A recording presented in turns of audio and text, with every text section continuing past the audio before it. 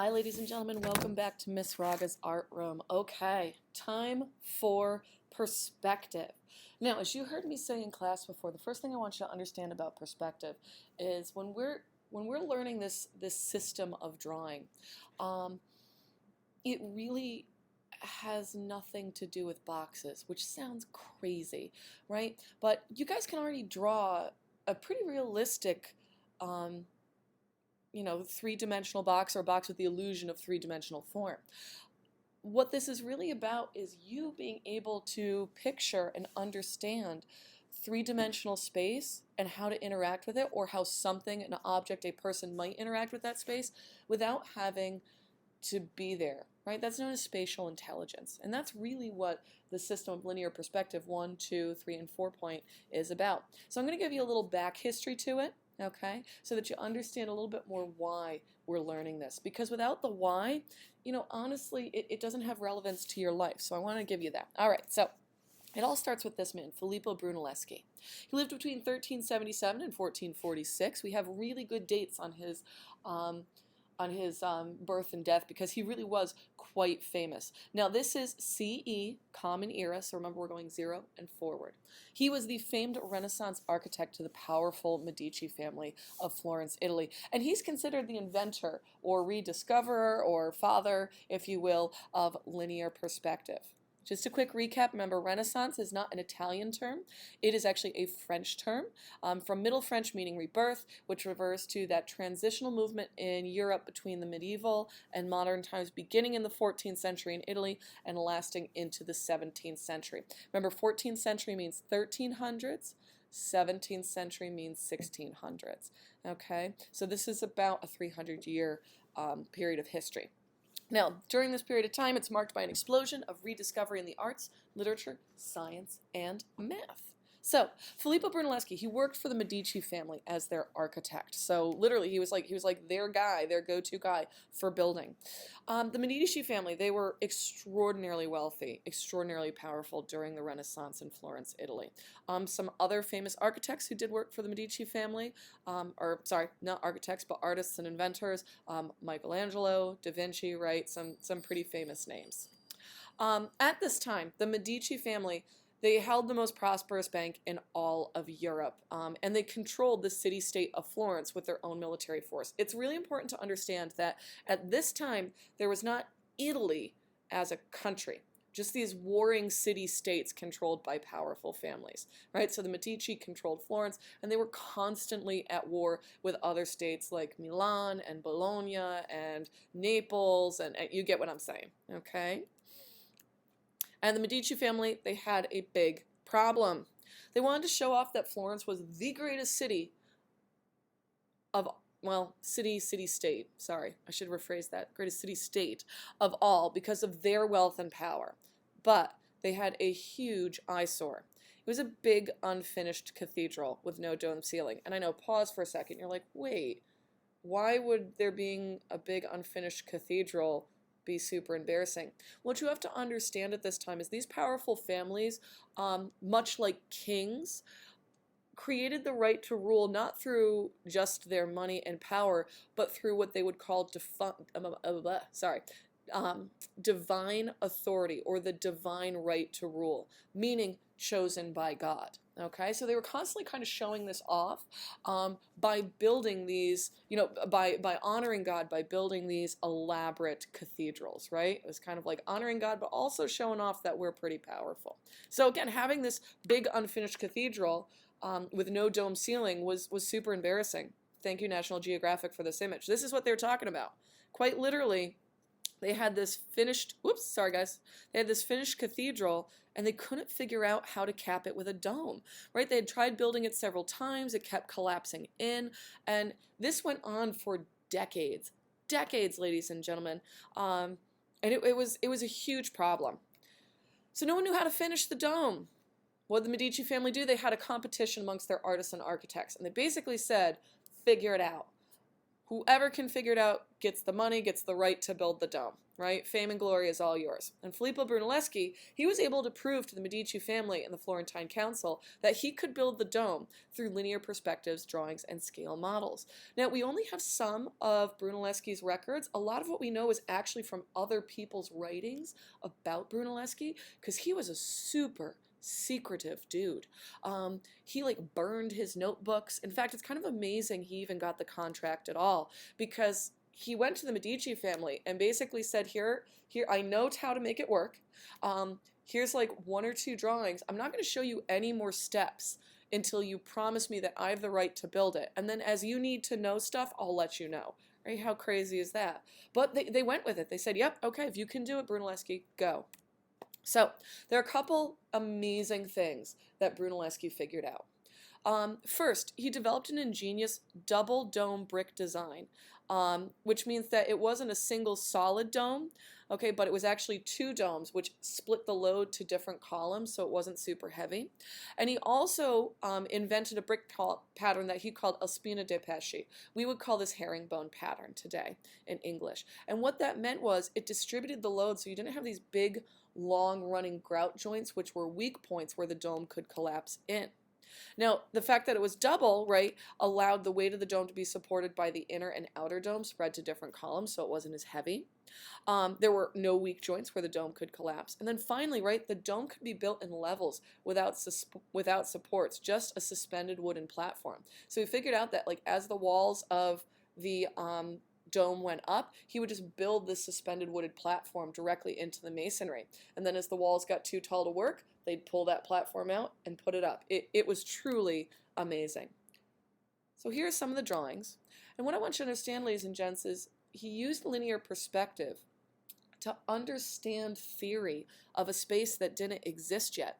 This is more similar to like what you do in Inventor and Technology or CAD than truly drawing, although we're going to have a lot of fun with the drawing part of it too.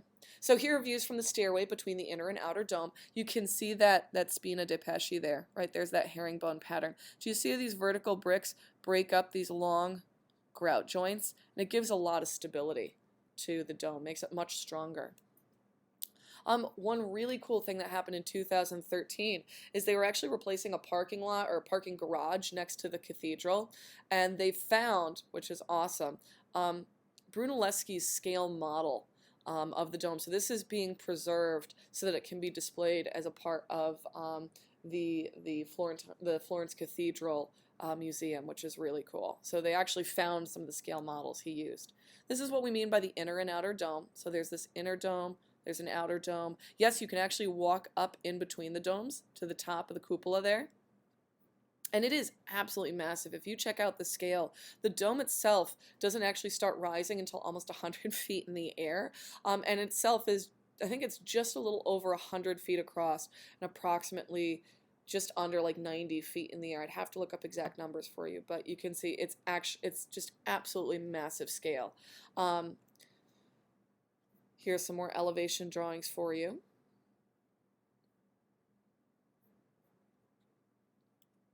Okay, and then finally, there it is. There's the dome, and it was amazing the speed they were able to complete this in. Within 16 years, the dome was totally finished.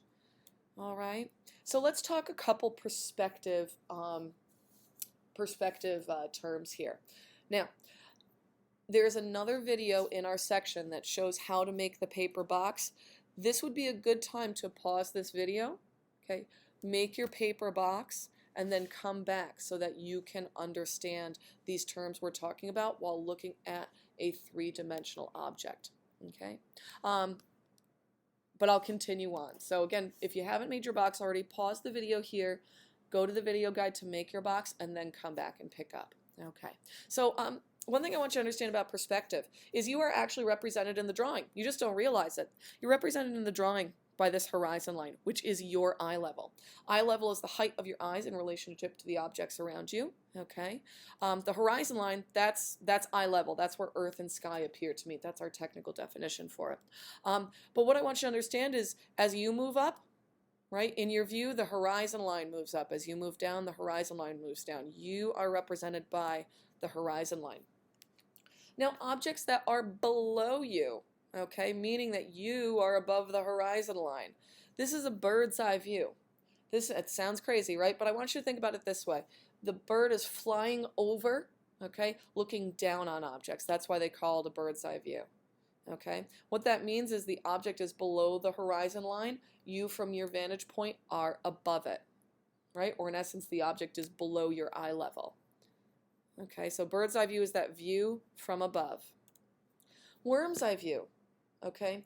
You are, or the perspective is that you are below the horizon line looking up at an object, okay? Or the object is above you, okay? Or above your eye level. So that would be, again, kind of like a worm poking up out of the ground, looking up at an object. There are some math terms. In two-point perspective, we always say that these sides, the vertical lines, the sides, from the front edge to the back edges, are parallel, meaning lines that move in the same direction and always stay the same distance apart. Now, these parallel lines are perpendicular to the horizon line, meaning they will always meet at a 90-degree angle to one another. I want you to get rid of the idea that perspective is, and I'm using air quotes here, realistic drawing. You can already probably draw a pretty realistic three-dimensional cube. Perspective is a formal way of establishing boundaries and viewpoints, okay, so that you can understand your relationship to different objects around you. In essence, we could do a perspective drawing using mathematical formulas. Oh, right? Because if you think about it, we have the horizon line creates an X and a Z plane, and all of the verticals we draw are our Y plane.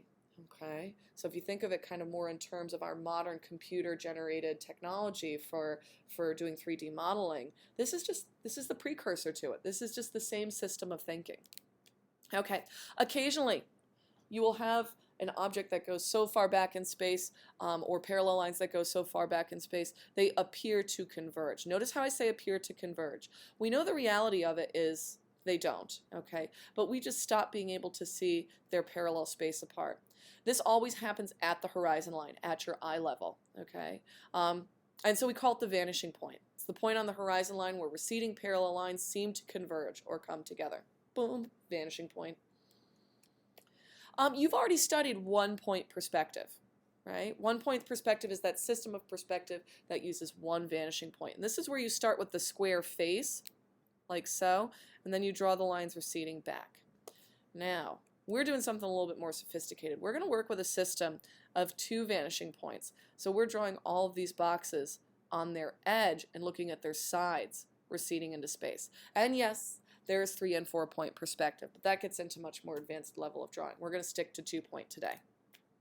Again, but why should you care about perspective? You're never going to have to use this. And ladies and gents, I would agree with you if this was about drawing realistic 3-dimensional boxes.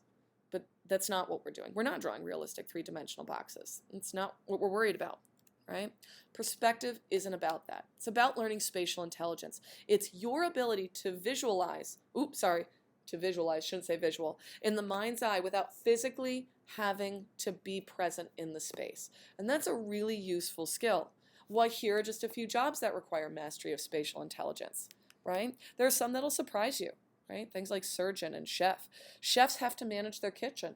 They have to understand the way their staff uses space, from cold prep area to order intake to the waiters taking the food out.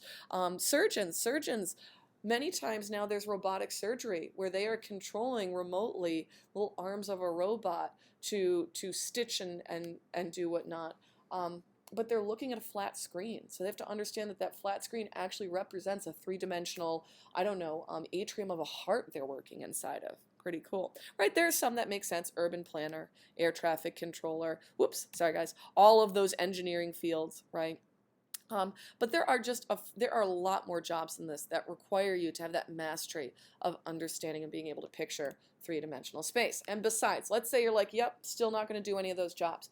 One day, you're going to live in your own house apartment. You'll need to buy furniture. You ever been to a home where the furniture is way too big for the rooms? Right? I mean, it fits. It physically fits in the space, but it's just too big. There's not enough space to walk around it. You can't get around the coffee table. It's uncomfortable, right? So again, understanding your 3-dimensional space and how you relate to it will help you pick out super awesome stuff for your new place. Okay, so without further ado, grab your paper cube. We're going to start drawing some boxes. Go to the next video for perspective drawing boxes. All right, take care, ladies and gents. See you again soon in Miss Raga's Art Room.